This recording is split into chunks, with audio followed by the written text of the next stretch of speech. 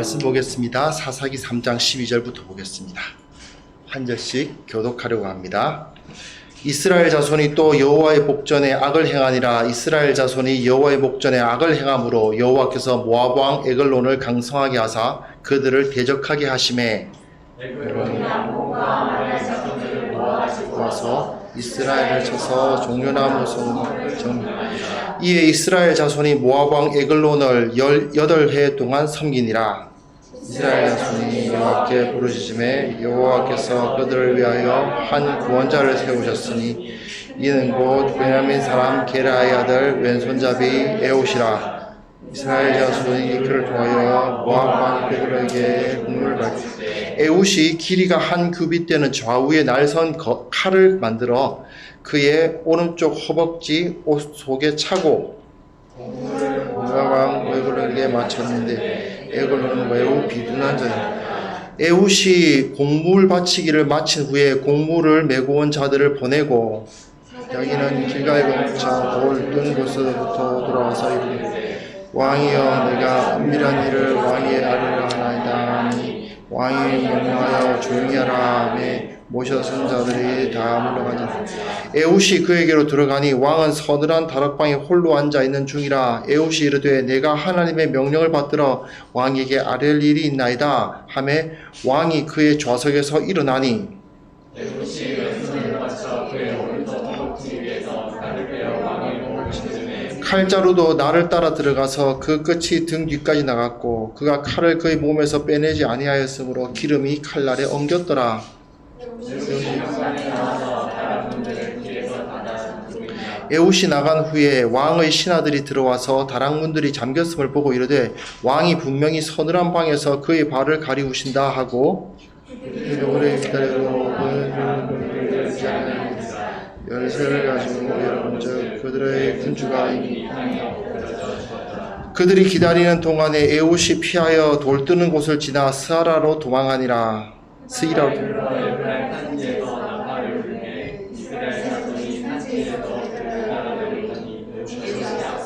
그들에게 이르되 나를 따르라. 여호와께서 너희의 원수들인 모압을 너희의 손에 넘겨주셨느니라 하매 무리가 에웃을 따라 내려가 모압 맞은편 요단강 나루를 장악하여 한 사람도 건너지 못하게 하였고 모압 만 명을 죽였으니 모두 장사요 모두 용사라. 한 사람도 도망하지 못하였더라. 그날에 모압이 이스라엘 수하에 굴복하며 그 땅이 80년 동안 평온하였더라. 에웃 외에는 아나스의 아들 삼갈이 있어 소모는 막대기로 블레셋 사람 600명을 죽였고 그도 이스라엘을 구원하였더라. 아멘. 지난주에 제가 로마서 말씀을 가지고 우리가 다시 목표를 바라보자는 말씀을 드렸습니다. 그런데 목표를 바라볼 때 가장 큰 문제는 뭐냐 하면 현실이 보이기 때문에 가장 큰 문제가 생깁니다.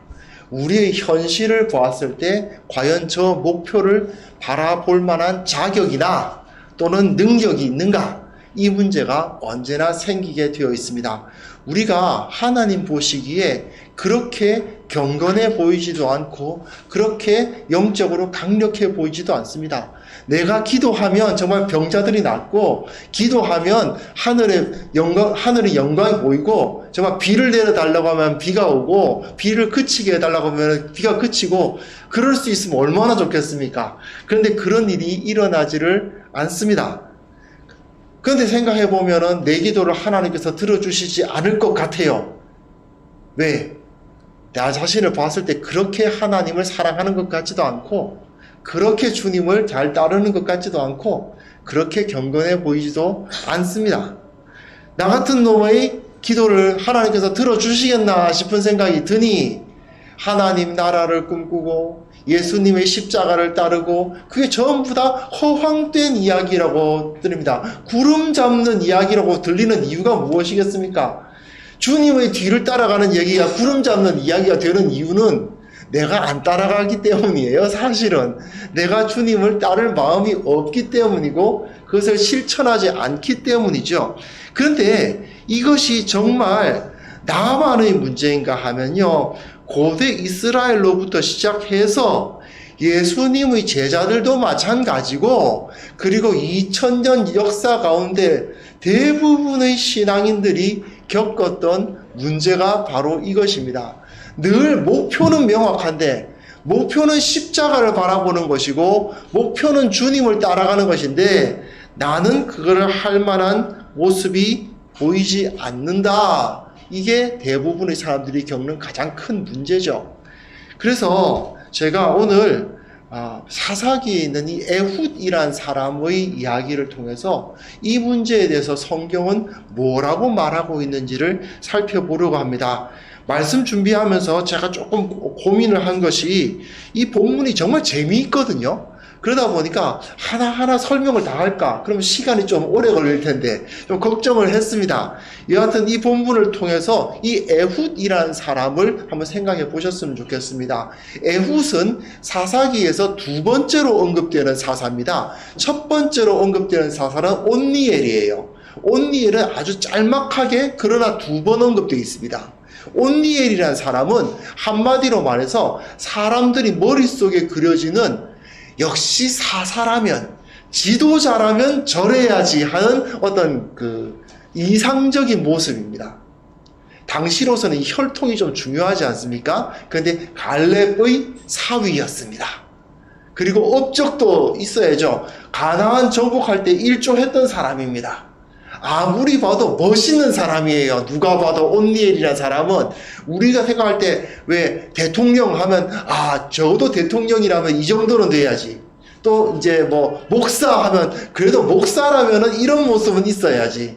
또는 어떤 회사 회장 그러면 역시 대기업 회장이라면 이런 사람은 돼야지라는 그 머릿속에 들어있는 게 있지 않습니까? 물론 각 사람의 머릿속에 있는 그림은 사실은 다 다릅니다.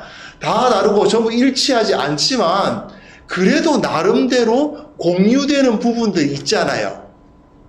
그리고 역시 이런 사람이라면 지도자라면 이래야 해 라는 그 그림이 딱 그려지는데 그 그림을 그릴 수 있는 사람이 누구냐? 이스라엘의 사사, 이스라엘의 지도자 하면 역시 온니엘 정도는 돼야지 하는 그림이 그려집니다. 그런데요, 사사기에서는요, 온니엘이라는 이 사람이 짤막하게 언급되었을 뿐, 그 다음에 등장하는 사사들은 온니엘하고 똑같은 사사는 아무도 없습니다. 전부 다 뭐가 좀 부족해요. 뭐가 좀 문제가 있어 보이는 모습을 보입니다. 두 번째로 나타난 이 에훗이라는 사람도 마찬가지입니다. 그럼 12절부터 한번 보시겠습니다. 이스라엘 자손이 여호와의 목전에 악을 행했다라는 말이 두 번 나옵니다.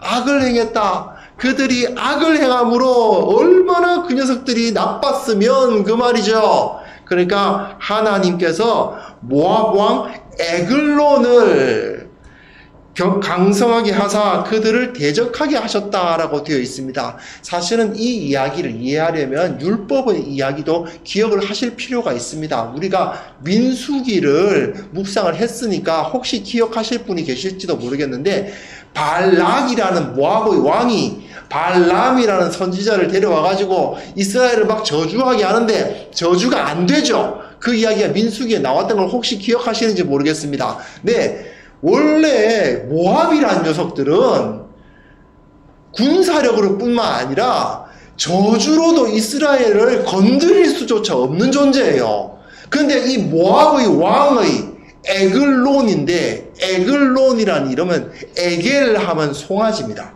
에겔. 에글론 하면 소라는 뜻입니다. 뭐냐? 금송아지를 섬길 때 그 단어를 떠올리게 하는 이름입니다. 이 자는 풍요의 상징이에요. 뒤에 보면 아시겠지만 아주 몸이 큰 자입니다. 이 당시로서는 그 큰 몸을 유지한다는 것 자체가 굉장히 힘든 시대거든요. 그러니까 몸이 아주 큰 자입니다. 그 당시의 인간적, 세상적 풍요를 상징하는 이 소, 원래 이스라엘 자손들이 금송아지를 숭배한 이유도 무엇입니까? 사실 풍요의 상징이거든요. 돈이 많아지는 것, 그걸 상징하는 거다 보니까 금송아지 만들었던 거 아닙니까? 그 금송아지를 떠올리게 하는 왕 에글론이 와서는 암몬과 아말렉 자손을 모아가지고 왔습니다. 이스라엘이 출애굽 길에 만났던 여러 민족들이 있는데 그들입니다. 하나님이 쟤네들은 치지 마라. 쟤네들이 무서워서 피한 것이 아니고 쟤네들을 불쌍하니까 건드리지 마 하고 그냥 봐줬던 애들입니다. 그런 녀석들이 몰려와가지고 이스라엘을 치는데 종려나무 성읍을 점령합니다. 종려나무 성읍은 여리고를 의미하거나 또는 여리고 그 주변의 어떤 지역들을 의미하는 겁니다. 이스라엘이 가장 먼저 점령했던 도시가 어딘지 기억나십니까? 여리고입니다. 예. 지금 이스라엘이 어떤 상황이 됐습니까? 이스라엘이 가나안처럼 된 거예요. 가나안이 이따가 이스라엘이 쳐들어오지 않습니까? 마찬가지로 저 모압과 암몬과 아말렉이 몰려와가지고는 가나안처럼 되어버린 것입니다. 그리고는 그 여리고가 점령을 당하는 것을 볼 수 있습니다. 그리고 18해 동안 섬기는 일이 벌어져요. 이건 나중에 굉장히 중요한 모습으로 미리 복선으로 깔린 이 18해라는 것이 밑에 복선으로 깔리고 있습니다. 자, 15절을 한번 보시겠습니다. 이때 여호와께 부르짖으니까 여호와께서 그들을 위하여 한 구원자를 세우셨습니다.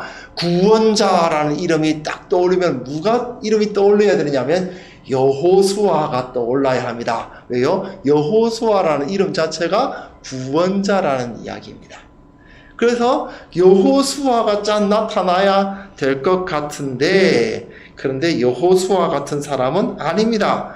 베냐민 사람 게라의 아들 왼손잡이 에훗입니다.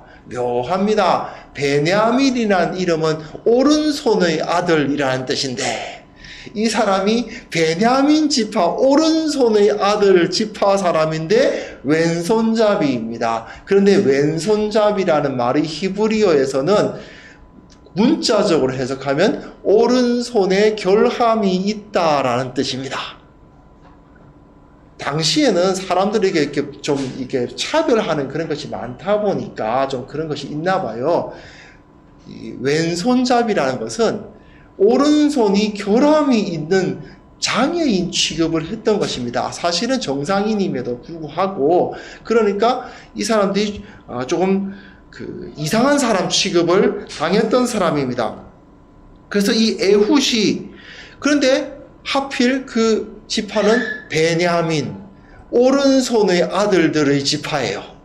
그 지파에서 왼손을 쓰고 있는 사람이 나왔으니 얼마나 소수입니까? 얼마나 주목받지 못하는 사람입니까? 게다가요, 이 사람이 뭘 하느냐면요, 이스라엘 자손이 그를 통하여 모압왕 에글론에게 공물을 바칩니다. 이스라엘 자손이 에훗을 통해서 공물을 바칩니다. 그럼 예수님 시대에 이 사람은 뭐라고 불렸을까요? 세리입니다, 세리. 그렇잖아요. 예수님 시대의 세리와 같은 행동을 하고 있는 것입니다. 그런데 이 사람이 길이가 한 규빗대는 약 45cm 정도는 굉장히 상당히 긴 칼입니다.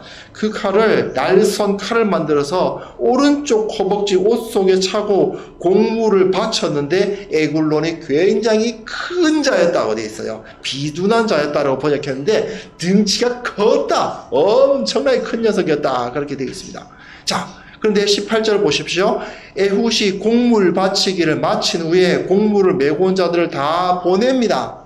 그리고는 자기도 가는데 길갈로 가요. 19절에 길갈 걸쳐 돌 뜨는 곳으로 갔다고 되어 있죠. 자, 이것은 여호수아서를 좀 떠올려 보셔야 됩니다. 여호수아서에서는 그 요단강을 멈추게 하고 이스라엘이 건너갔죠. 그 건너간 곳의 이름이 무엇입니까? 길갈입니다. 그곳에서 12개의 돌을 거기다 세워서 하나님께서 요단강물을 가르시고 우리가 이 자리에 오게 하셨다라는 것을 기념하는 자리, 그 자리가 바로 길갈이에요. 에훗은 어떤 사람입니까? 왼손잡이여서 그 사람들 중에 좀 차별 대우를 당했던 것도 맞고, 그리고 베냐민의 아들 족속 중에서 왼손잡이 참 천대를 당했을 수도 있고, 그리고 곡물을 모아가지고 에글론에게 바치는 역할을 했으면 굉장히 그 상시로서는 천대받는 자리에 있을 수밖에 없습니다. 나름대로 지도자급이었을 수는 있는데, 그러나 조롱받고 손가락질 당하는 사람이었을 가능성이 상당히 높죠. 그뿐만 아니고 그 이후의 모습을 보십시오. 왕이여 내게 은밀한 일을 고하려 하나이다 하니까 다 물러가라 그래요. 에글론이 에훗을 처음 봤으면 그렇게 쉽게 믿을 수 있을까요? 아닙니다. 그랬을 수가 없죠. 틀림없이 지금까지 한마디로 말해서 에글론에게 간쓸게 다 빼주고 싹싹 빌었던 모습을 보였을 것이다 하는 것을 충분히 짐작할 수 있습니다. 결국 그 앞에서 왼손잡이여서 약간 장애인 취급, 다 이상한 녀석 취급을 받으면서, 왜 영화에 보면 그런 거 있잖아요.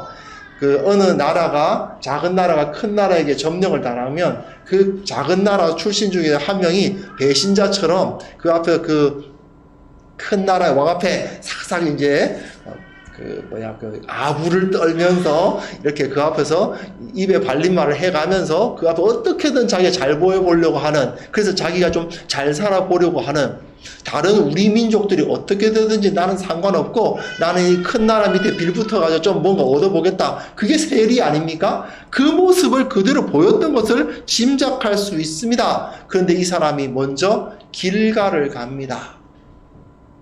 길갈에 가서 여호수아가 이 땅을 점령했을 때 그 모습에 그 자리에 다시 간 다음에, 왜 갔는지 이유가 없는데 일단 길갈을 갑니다. 물론 길갈에서부터 여리고는 굉장히 가깝죠. 길갈에서 첫 번째 점령한 곳이 여리고니까 그 가까운 곳 길갈을 간 후에 다시 그 종려나무 성읍 여리고 또는 그 여리고에 가까운 어딘가 그곳으로 돌아가서 왕에게 이 말을 하니까 왕이 다 물러가라. 그러니 에훗이 서늘한 다락방에 홀로 앉아있는 중이라 에훗이 하나님의 명령을 받들어서 왕에게 아랠 말이 있나이다. 좋은 거 드리겠습니다. 이 말입니다. 사실은 하나님께서 왕께 뭔가 대단한 것을 드릴 것처럼 다 선포를 하니까 왕이 벌떡 자리에서 오 그러냐 하고, 그런데 정작 칼을 맞게 되는 거죠.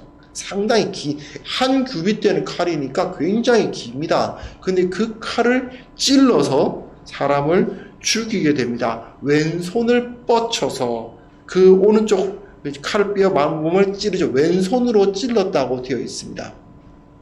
근데 이게 이 사사기가 여기서 블랙 코미디를 하고 있는 거예요. 사실은 이 본문이 하나의 블랙 코미디입니다. 우리가 잘 이해를 못할 수 있지만, 왼손은 당시로서는 이 대변을 보고 난 다음에 뒤처리를 하는 손입니다. 이게 왼손이.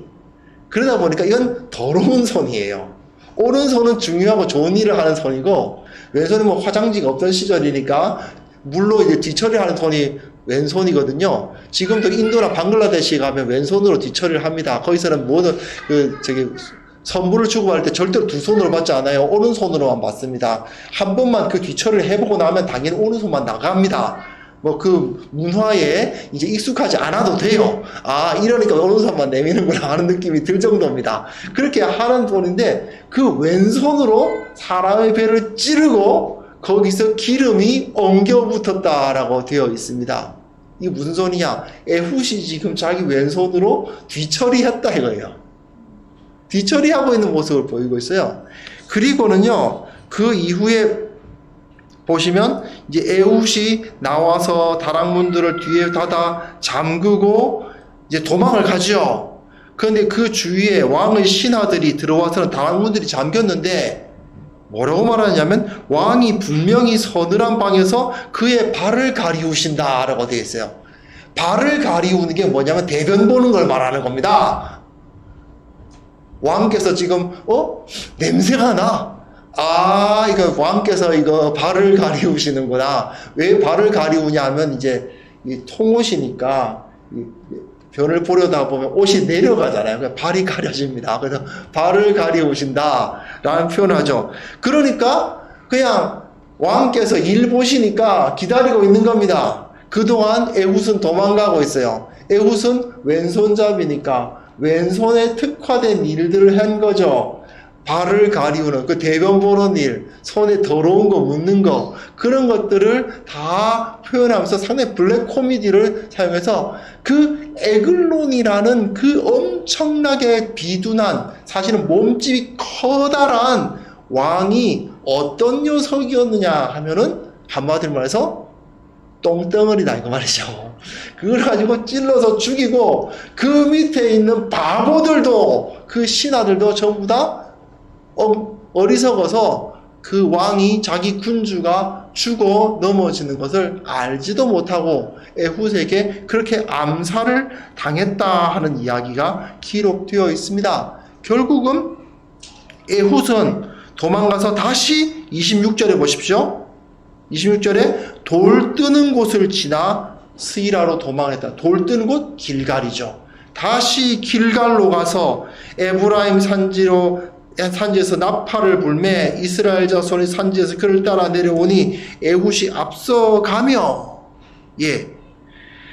나를 따르라 여호와께서 너희 원수들인 모압을 너희의 손에 넘겨주셨느니라 하매 우리가 에훗을 따라 내려가 모압 맞은편 요단강 나루를 장악하여 한 사람도 건너지 못하게 합니다. 그 자리를 딱 막고 어떻게 하냐면 29절에 보시면 모압 사람 약 10,000명을 죽였는데 모두 장사요라고 되어 있는데요. 이 장사요라는 표현이 몸이 컸다고 말입니다.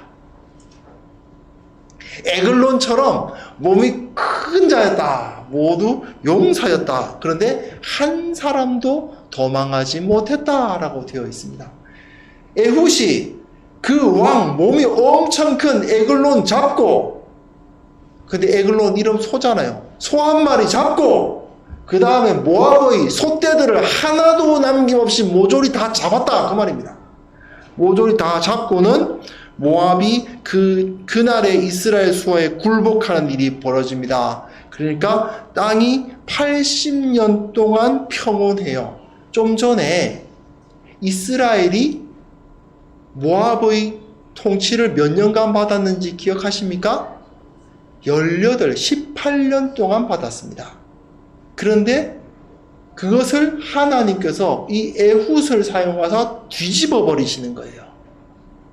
18해 동안 고통받는 그 땅을 80년 동안 평온한 땅으로, 샬롬이 넘치는 땅으로 만들어 주십니다. 누구를 통해서요? 베냐민 오른손의 지파 출신의 왼손잡이 에훗. 그 당시로는 세리 노릇을 하고 있었고 충분히 그 이전에 에글론에게 신임을 받을 정도로 그 입에 혀처럼 굴었던, 힘이 없고 약한 자였던, 그리고 비굴해 보였던 그 사람에 의해서 그 일이 벌어졌다라고 기록하고 있습니다. 그리고요, 삼갈 이야기를 잠깐 이 사사기 기자가 하죠. 31절에 삼갈, 왜냐? 이 이야기를, 이 에훗 이야기를 길게 하고 삼갈 이야기를 잠깐 갖다 붙이는 이유가 뭐겠습니까?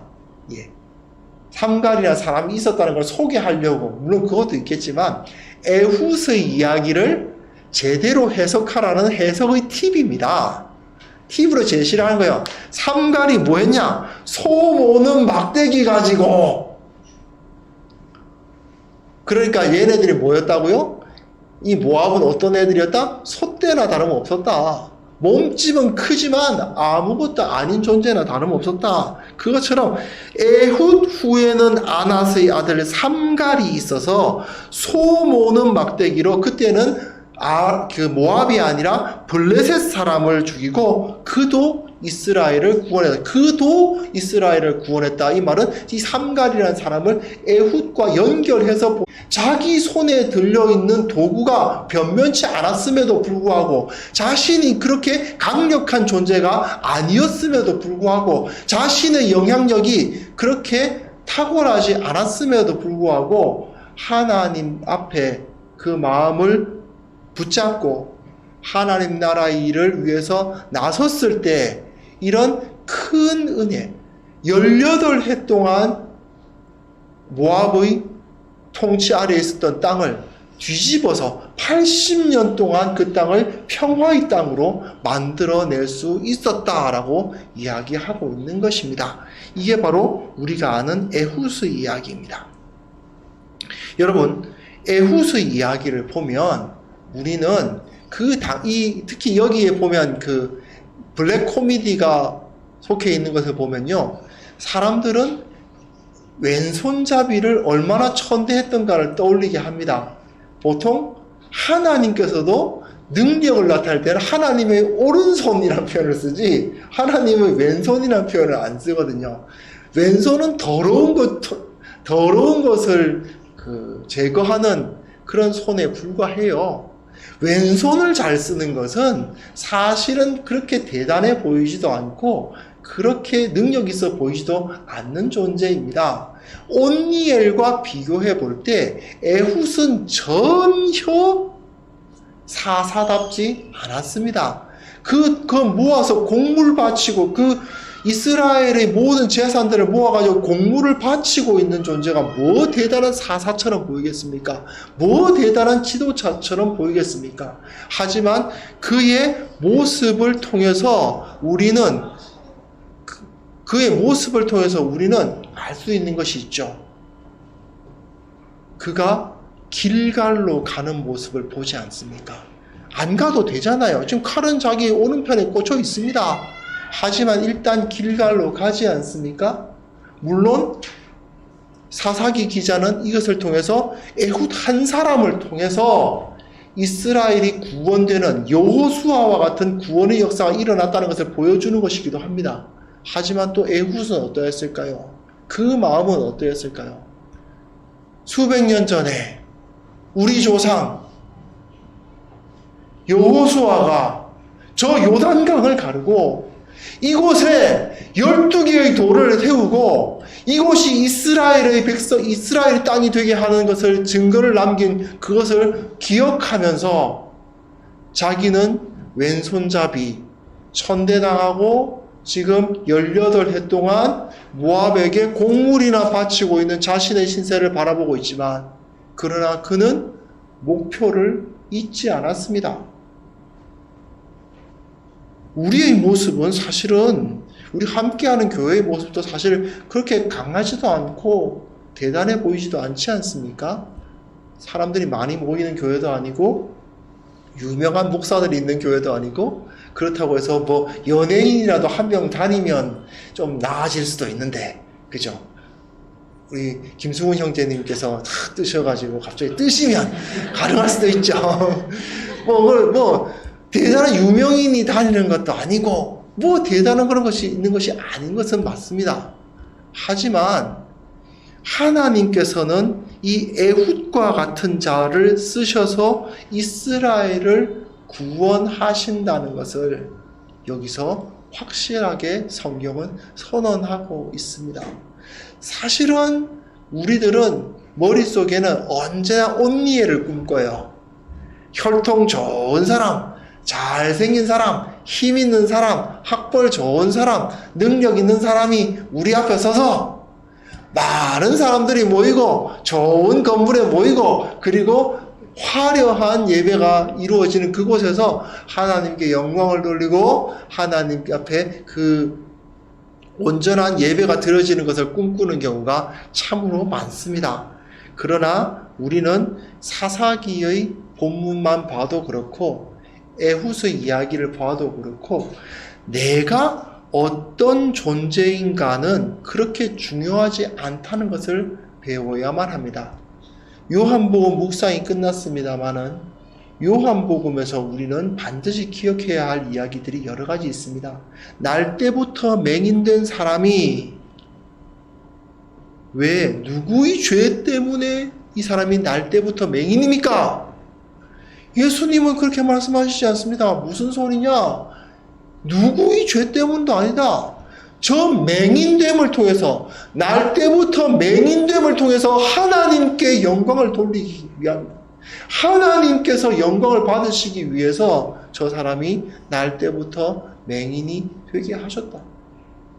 저 사람이 왼손잡이라는 그 당시로서는 장애로 여겨졌던 그런 장애를 갖고 태어나게 된 것이 무엇 때문, 누구의 죄 때문입니까? 무슨 소리냐?